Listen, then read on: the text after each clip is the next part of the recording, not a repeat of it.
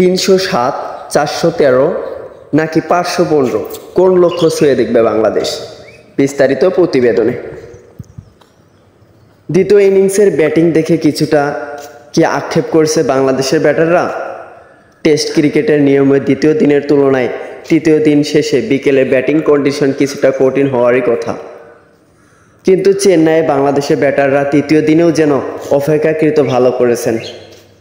আগের ইনিংসে জাসপ্রীত বুমরা সেটআপে ফিরে গিয়েছিলেন সাদমান ইসলাম, তবে এবারে সাদমান এবং জাকির হোসেন যেন শুরু থেকে এগিয়ে দিলেন পজিটিভ ব্যাটিং নিয়ে। দুজনের 62 রানের জুটি রীতিমতো নাম লিখিয়েছেন রেকর্ডের পাতায়। নাজমুল হোসেন শান্ত অধিনায়ক হওয়ার পর থেকে কেবল নিউজিল্যান্ডের বিপক্ষে পেয়েছিলেন একটি 50। 10 ইনিংসের পর টেস্টে 50 আস পেরোলেন তিনি। দিনটা বাংলাদেশে শেষ করেছে 4 উইকেট হারিয়ে। স্কোরবোর্ডে রান জমা হয়েছে 158। যদিও এখান থেকে ঠিক ম্যাচ জয় আশা করাটা চলে না বাংলাদেশের জন্য।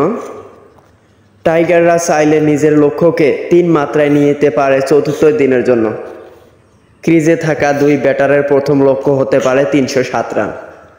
দ্বিতীয় ইনিংসে 307 রান করতে পারলে বাংলাদেশের ম্যাচ হারবে 207 রানের ব্যবধানে। রানের হিসেবে ভারতের কাছে বাংলাদেশের সর্বোচ্চ ব্যবধানে হার ছিল 208 রান। আর 307 পেরোলেই সেই লজ্জা অন্তত পেরোতে পারবে টাইগাররা। পরের লক্ষ্য হতে পারে 413। 2008 সালে ঢাকা টেস্ট শ্রীলঙ্কার বিপক্ষে চতুর্থ ইনিংসে বাংলাদেশের টার্গেট ছিল 521। মোহাম্মদ আশরাফুলের 101, সাকিব আল হাসানের 96 এবং মুশফিকুর রহিমের 61 রান বাংলাদেশকে নিয়ে যায় 413 পর্যন্ত। সেদিন বাংলাদেশ অবশ্যই একটা পর্যায়ে জয়ের স্বপ্ন দেখেছিল। মুশফিক সাকিবের 111 রানের জুটিতে রান এসেছিল 403, কিন্তু এরপরেও ট্যালেন্টরা গুটিয়ে যায় অবিশ্বাস্য দ্রুততায়।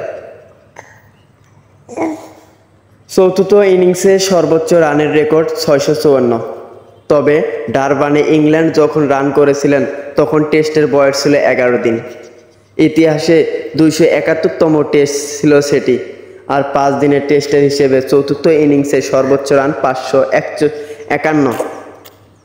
2002 সালে ইংল্যান্ডের বিপক্ষে এই সংগ্রহ ছিল নিউজিল্যান্ডের।